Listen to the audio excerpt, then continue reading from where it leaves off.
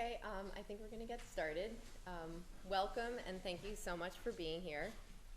Today, we're going to explore the idea of a project-based learning recital model for post-secondary music education.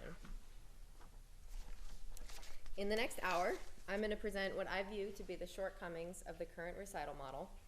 I'll introduce PBL, or project-based learning, a learning method developed for use in elementary school classrooms, firstly. We'll look briefly at the gold standard project design rubric by a great leader in the field of educational research. And lastly, I'm going to present an example musical performance of Mieczysław Weinberg's 5 pieces for flute and piano.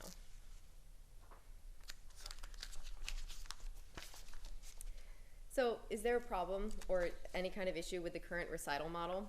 In conservatories and music schools, undergraduate students commonly hold full-length recitals that serve both as professional preparation opportunities and musical portfolio creations. Through the process of preparing and performing a recital, students gain performance experience and acquire recital recordings that can be used for professional auditions and competitions. Virtually all programs in music performance require seniors to present a full-length recital, and in many advanced programs, students often prepare multiple non-degree recitals. These recitals can be huge undertakings, and they help students to develop performance skills alongside practical organizational skills that are readily applicable to the real world. However, these recitals often miss out on a key component of the life and responsibilities of a professional musician, audience communication. Students need to be prepared to effectively and clearly communicate with their audiences. Audiences also appreciate learning about the background of the music they hear, as evidenced in the increasing numbers of beyond-the-score type performances presented by major American symphony orchestras. People are drawn to stories, and finding ways to effectively communicate interesting narratives about pieces of music will engage and retain audiences. Musicians have to be these ambassadors for music, understanding how to connect their music to the world and to talk about music to audiences with diverse musical experiences and connections. The best place to learn how to do this, how to communicate with audiences, is within the undergraduate classroom, where students can repeatedly practice this skill and receive feedback from peers and teachers.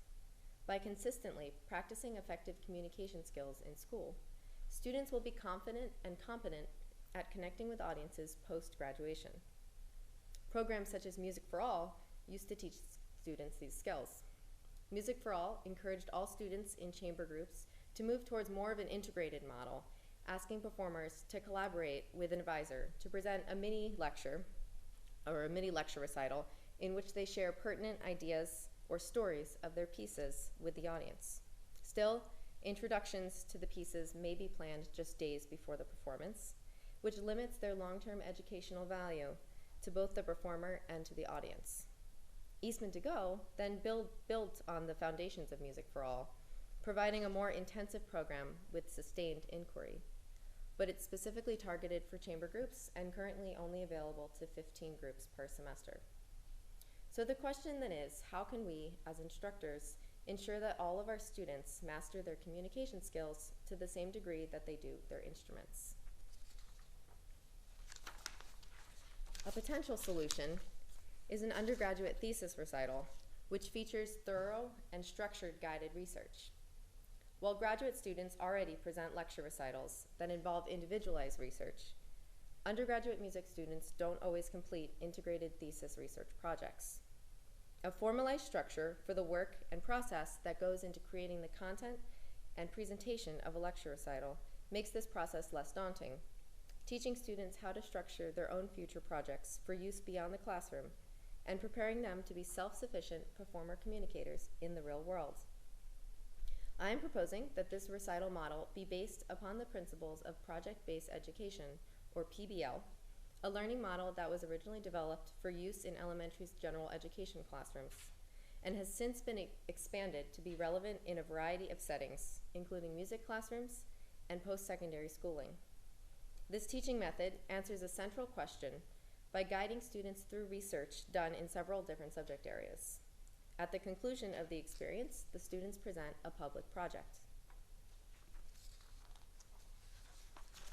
So let's look a little bit more closely at PBL. PBL is a student-driven, teacher-facilitated approach to learning.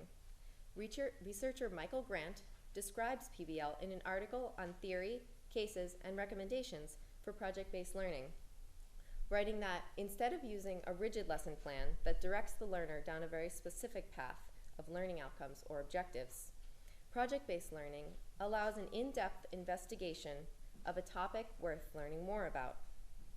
Through the construction of a personally meaningful artifact, which may be a play, a multimedia presentation, or a poem, learners make a product that showcases what they've learned. In this case, our product is a performance. In addition, students typically have more autonomy over the subject matter, maintaining interest and motivating individuals to take more responsibility for their learning. With more autonomy, learners then shape their projects to fit their own interests and abilities. In addition to creating meaningful projects motivated by student interest, PBL teaching methods have been proven to have results beyond the classroom. A study from 2000 by Pernewell and Means found that students retain content longer and gain deeper understanding when their teachers embrace PBL techniques rather than traditional teaching methods. A more recent study from 2010 showed that students exhibit higher problem-solving skills and have increased capability of applying learned concepts to situations outside the classroom.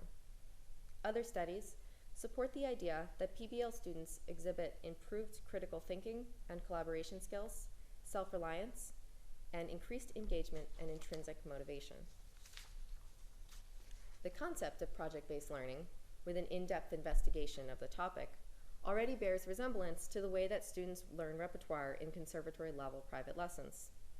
Master teachers not only help students achieve technical proficiency, but also impart information of the historical and musical importance of the repertoire. PBL retains all of these important facets of conservatory training while placing increased responsibility upon the student to take greater ownership of their learning process. And so the question then is, how do we continue to adapt PBL techniques to the music classroom? How do we make a tangible process with clear student goals and expectations, deadlines, and built-in feedback? Looking to the widely used project rubrics of traditional PBL provides a process and a structure that we can then go and modify. Such a rubric has been developed by the Buck Institute of Education, a great leader in the field of project-based learning. The Buck Institute was founded in 1987 and is dedicated to creating and sharing PBL research and practical resources for teachers. They've educated over 300,000 teachers in over 2,500 schools. We're going to take a quick look at their gold standard project design rubric, which identifies elements that should be embedded within each project. So within any project-based learning project, there are 8 integral elements. The Buck Institute states that a project should be focused on teaching students specific and important knowledge, understanding, and skills from standards central to academic subject areas. These content standards, often drawn from state and local standards within an elementary context, can be taken from undergraduate class syllabi, or jury rubrics, or National Association of School of Music standards. BIE also calls for important success skills to be targeted, taught, and assessed, such as critical thinking and problem solving, collaboration, and self-management. These success skills are inherently built into the project design. When we look at the why of each project, we want to focus on a central problem or question at the appropriate level of challenge.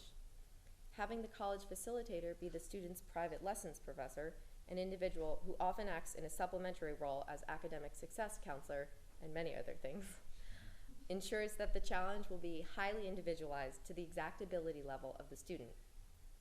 This central problem, which is aligned with the student's learning goals, is also framed by a driving question for the project, which is open-ended, understandable, and novel. Another element of project-based learning is sustained inquiry that is academically rigorous and student-driven. Over many weeks or months, students pose questions, gather and interpret data, develop and evaluate solutions, and build evidence for answers. The student and teacher organize the development of the project through agreed-upon benchmarks and deadlines.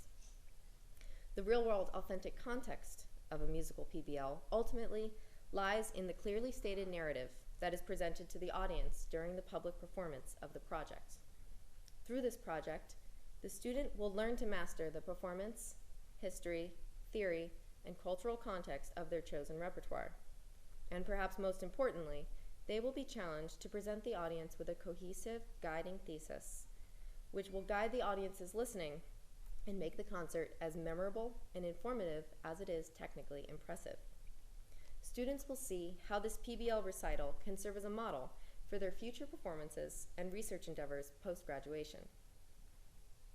Throughout a project, students have opportunities to express voice and choice on important matters. This means that they take significant responsibility and work largely independently from the teacher within this college context. Regular check-ins then provide continued teacher guidance and facilitation. In addition to stating due dates for sections of the project, students and teachers may choose to schedule reflection activities and assignments to keep it a living project and determine if changes within the context of the project need to be made to the design or project output. During the process, students are also provided with regular, structured opportunities to give and receive feedback about the quality of their projects and works in progress. These sessions are often held with the facilitating teacher, but also may be scheduled with peers, for example, presenting part of a project within a studio class, or others beyond the classroom. Students then use this feedback to revise and improve their work. And lastly, we have the public project, the product. The Buck Institute states that student work is made public by presenting or offering it to people beyond the classroom. Students are asked to publicly explain the reasoning behind the choices they made, their inquiry process, their method of working, and what they learned. A potential format of this actual presentation would be what Professor David Headlam has labeled a musical informans.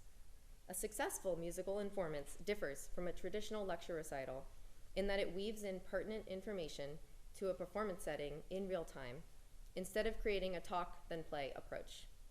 College music students will take their multifaceted musical projects and present them in a multidisciplinary format that can include visual aids, definitely includes public speaking, and potentially audience participation, along with the musical performance.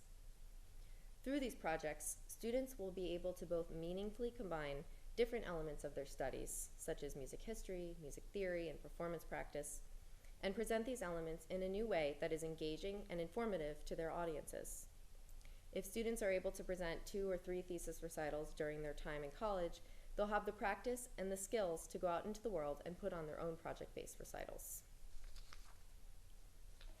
So if you look in the handout that was out there, we have an example rubric that has been filled out. So this is a rubric for the musical informants that I'm going to present in just a couple minutes. And we'll just look at a couple of different elements of it. So we, of course, have the name of the project, the duration, the subject or course is always going to be performance here, because that's our ultimate goal. And then other subject areas to be included is right below that. And for this project, that's music history, world history, and music theory. Under the key knowledge and understanding is where you could put standards from class syllabi or state or local or federal standards. And then under success skills, we have 4 different things to look at. So we have critical thinking and problem solving, collaboration, and self-management. All of these are already inherently built into the project design. Critical thinking because we are bringing together a lot of different things to solve this project. Collaboration is both musical collaboration here with the pianist and also collaboration with other peers and facilitating teachers. And then musical technique is something that wasn't in the original rubric developed for elementary classrooms, of course. But this is where the very specific measures of success for a piece of music that the student's private teacher believes to be important can be labeled here. We have the project summary, which I'm going to read you since we're going to be presenting this project. The student will research the use of self-quoted and external musical quotations in Mieczysław Weinberg's 5 pieces for flute and piano. They will learn about the world history events that took place during Weinberg's life and how these affected Weinberg's family. Furthermore, the student will research Weinberg's interactions and influences with his contemporaries to investigate outside influences in his music and Weinberg's catalog of works to discover the self-quotations present in 5 pieces. The project will conclude with an informed performance of 5 pieces that educates the audience in a cohesive and integrated format. Below that, we have the driving question or the thesis question. The entry event here, I've made an entry event that assumes that the student has not already chosen a piece. So kind of at the very beginning, this can be tailored to the needs of the student and teacher if the student already has an idea of exactly what they want to work on. And then if we go to the next page, there's a student learning guide. And so here I've made a timeline for different goals and checkpoints to work towards for that is agreed upon at the beginning of the project by the teacher and the student, and then reassessed throughout as needed.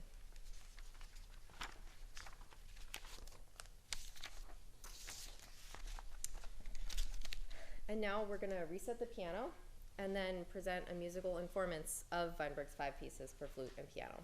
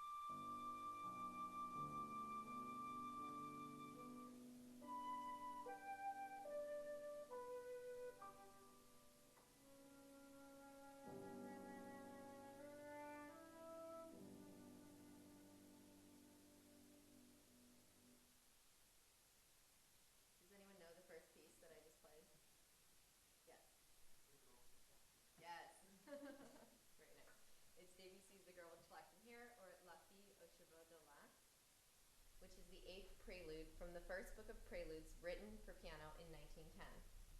The second piece was the first movement, entitled Landscape, of Mieczyslaw Weinberg's 5 pieces for flute and piano, written in 1947 and circulated by the Soviet Composers Union in 1948.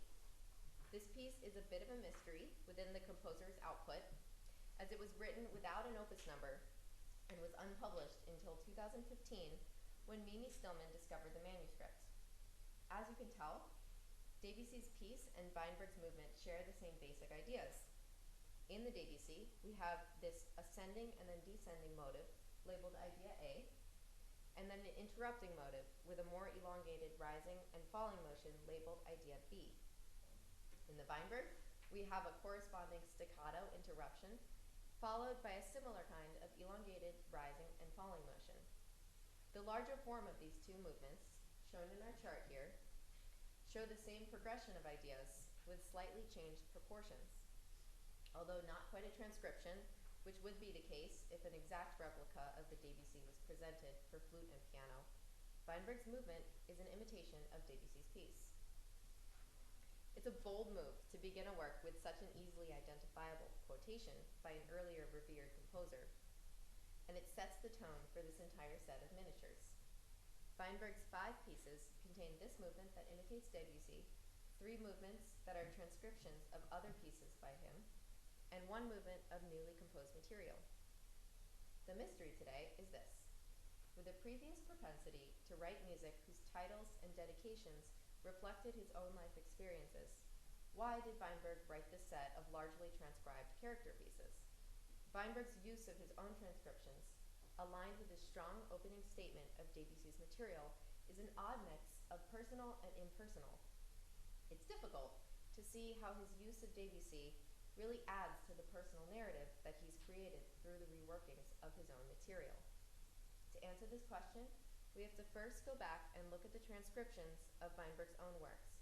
We want to discover if they actually do reflect his life somehow, or if they were simply convenient to reuse given the political circumstances in Russia in 1947. Let's look at the compositional elements of these movements along with their historical background to find out. We're going to begin with the 4th movement, but first let me give you a little bit of insight into Weinberg's life around this time. The 4th movement is a transcription of the short aria, opus 9 for string quartet, written in 1942. Weinberg was born in Warsaw in December 8th of 1919, and he grew up in a musical household in which his father wrote music for a touring Jewish theater company. When the Germans invaded Poland in September of 1939, Weinberg escaped, as we can see, and traveled by foot across the Soviet border to Minsk. In his 2 years there, he continued his compositional studies at the conservatory. On the day of his graduation concert, however, the Nazis attacked the Soviet Union, and Weinberg again had to escape. He made it to Tashkent, which is the current capital of Uzbekistan, and eventually Moscow, where he spent the rest of his life.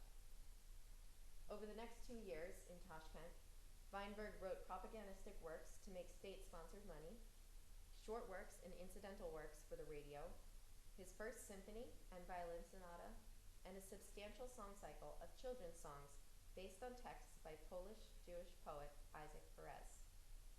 During this time, Weinberg made multiple professional connections, including his first meeting with Shostakovich, who was to be a lifelong friend. He married his first wife, Natalia. He adjusted to the ever-shifting political climate of the Soviet Union, and he learned that his entire family had been murdered at a concentration camp shortly after he had escaped Poland. It's no wonder, then, that his works during this time exhibit such wildly divergent characters. His works are in response to his need to survive financially, his past experiences, and the overriding influences of war. His children's songs, for example, zero in on this theme and evoke the loss of innocence of a child of war. With this complicated background behind the use of aria as a transcribed movement in 5 pieces, the short 4th movement could be interpreted as another short piece for a bit of extra money, or it could be a wordless vocalization of his experiences.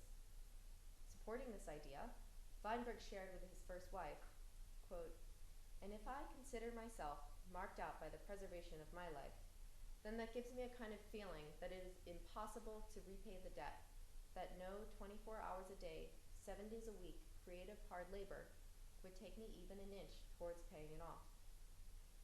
I invite you to listen to the beginning of this fourth movement with your eyes closed. Is this just a beautiful melody, or is it a memorial piece? Perhaps both?"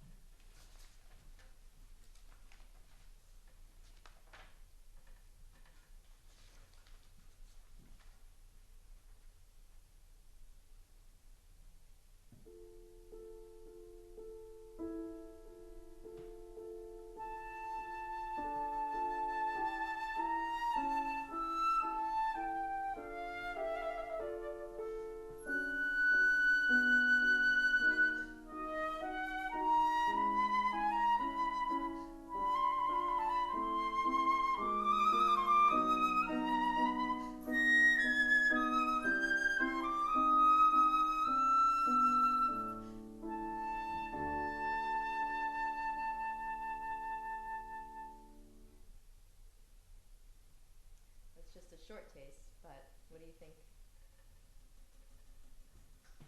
Any thoughts? Nostalgia. Nostalgia.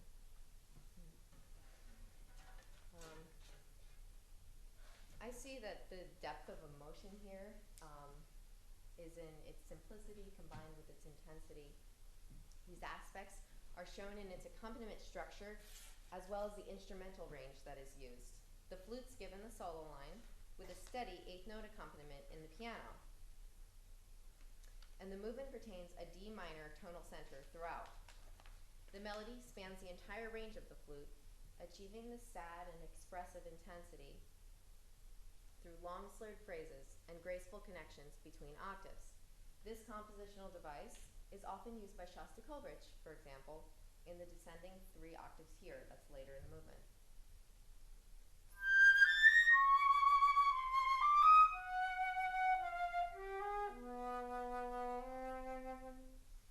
This device really makes use of the tonal depth and color of the lower register of the flute. Looking back now at the second and third movements of Weinberg's piece, entitled First Dance and Second Dance, we can hear that they occupy a similar textural space. Let's listen to Jeremy play the beginnings of each movement.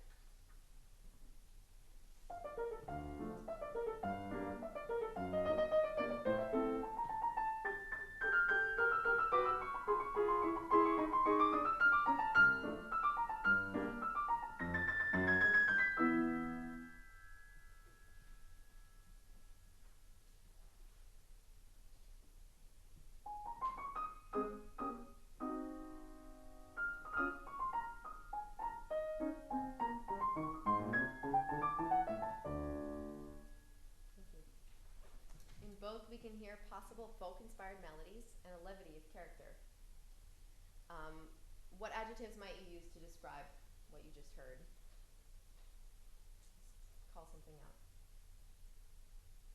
Erica? Whimsical. Yeah. Whimsical. Whimsical. Yeah, it's whimsical, it's light, it's transparent. Eventually it's going to be imitative, and it contains very clear melody and accompaniment divisions. Let's now look at the score for both of these. So, as you can see, that was actually a combination that Jeremy had just played of both the flute and the piano parts.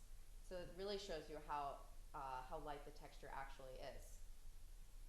The second dance is actually from Weinberg's Capriccio for String Quartet and is transcribed almost exactly. Although the piano takes on the role of 3/4 of a string quartet here, the texture still is light, transparent, and staccato. These two movements link together well, and the first can be heard as a more metered precursor to the metrically shifting second dance. As I mentioned, Weinberg's 5 pieces is thought to have been written in 1947, and the third movement, Capriccio, was written 4 years earlier in 1943. Weinberg's works during this time are all over the map in both subject matter and compositional style. For example, the previous movement that we just heard, the aria, was also written during the same year as the Light Capriccio. We can then view the Capriccio as a short piece composed out of necessity, or a lighthearted celebration to help boost morale within the community. Let's now return to the question of transcription. The 1946 Composers Union Plan, which criticized Weinberg's for his works, saying that they showed a slackening of the bonds between formal mastery and richness of ideas. Was the heavy use of transcription in 5 pieces then perhaps a more neutral response to avoid more incendiary reactions? All 3 transcribed movements, were thoroughly inoffensive to the state, as he knew from their previous receptions, although they don't include any indications of nationalism. At the same time, in a way, they reflect the complexity of his life at the time. Weinberg's general use of self-quotation in this work is unsurprising, however. Later in life, the composer reflected that, quote, "I have what I would call a large cooking pot in which all of my themes live together, because I think that the most important thing in music, including instrumental music, is melody, which gives this piece its identity. Everything is infinitely intertwined." He quoted himself in many of his works throughout his life, potentially having been influenced by Shostakovich's tendency towards the same technique. So the quotations within 5 pieces actually fit within Weinberg's approach to composition, and then the specific pieces that he selected can be seen to reflect his own experiences.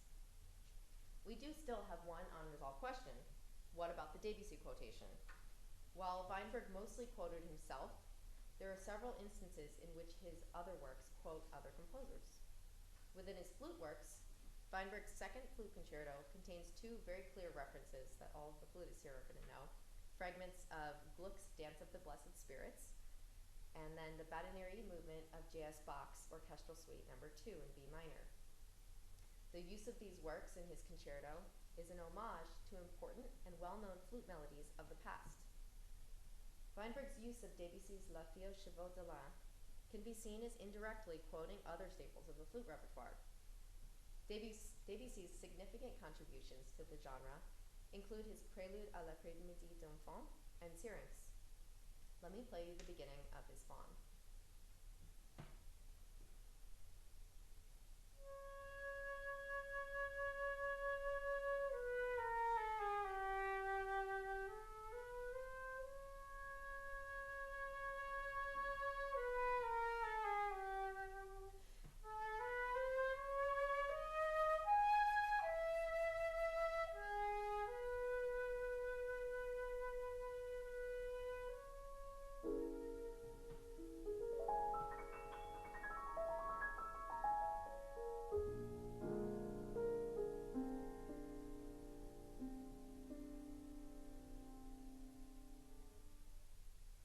Weinberg's first movement does not use the decadent harmonies of Debussy, opting instead for triadic arpeggios over these sinewy chromatic lines.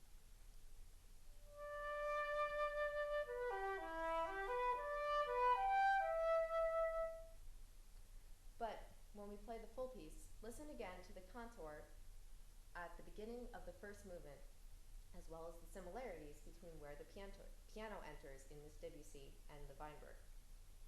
The folk-like idiom and simplicity of La Fille gave Weinberg the option both to fit within his own compositional boundaries of the time and to pay his respects to Debussy's offering to the flute canon.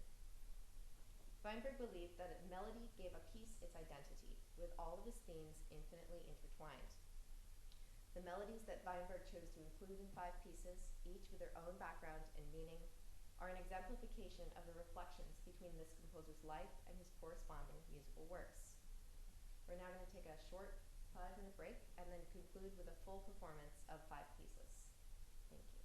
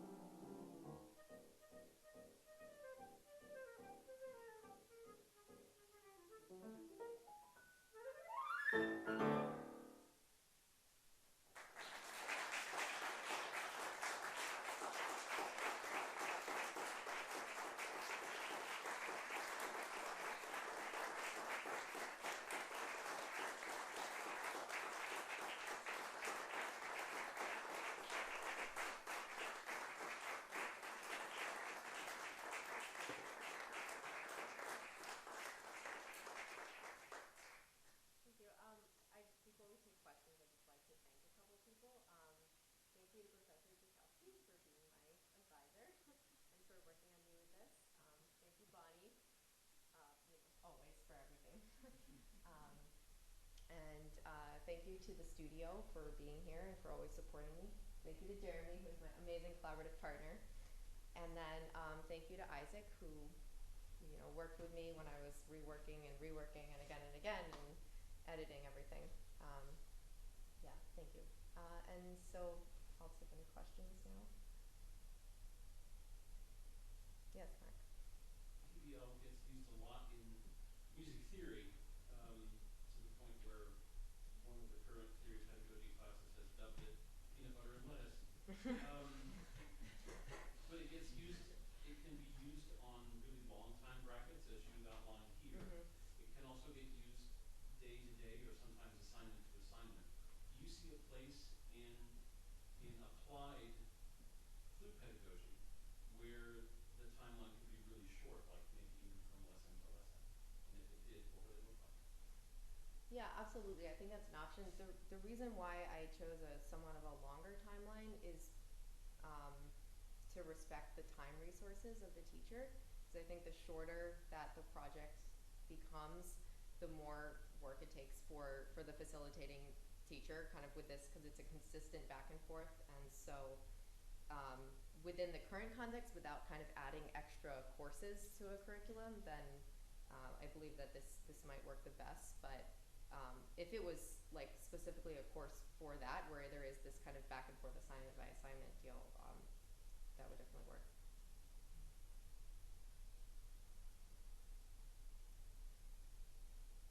Yeah. So thank you for a wonderful example of project-based learning in action. It's wonderful to see, and unfortunately we don't get to see your process of researching for context, your theoretical analysis. We get to see this wonderful informants finished product.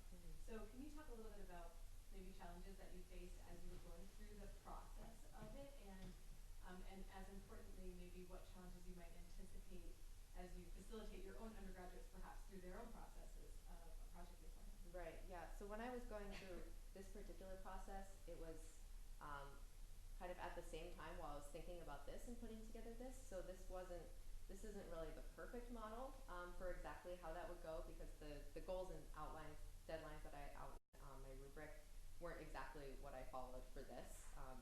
So some of it was aligned with that, and some of it was kind of a reflection based, like what would I do had I done it again. I'm working on a couple of projects with my undergraduate students and then a 13-year-old student right now. And so those also have been a little bit of like learn as we go, but it's been, the biggest difficulty is kind of figuring out exactly where they're coming from with their own knowledge. Specifically, I think it would be, these are specifically U of R students and then just a private student, and so I'm not always aware of what kind of musical background they have already. I think it would be a little bit less challenging within a conservatory context where we already, we can just look at syllabi to at least have an idea of what they should know. Okay. Okay, thank you very much for coming. I have some cookies outside. So. Oh yes, any questions? So how did Mrs. Dillman find this piece? Kind of process. Yeah, so she was doing research for a Holocaust memorial concert, and she was in DC at the museum there, and she met with musicologist Brett Verb, and he had found it actually in St. Petersburg Conservatory. He found a facsimile kind of in the basement or something, and was impressed by it, and so showed her. And that was in 2011 actually, so she spent 4 years kind of learning about it and researching before she actually published and made her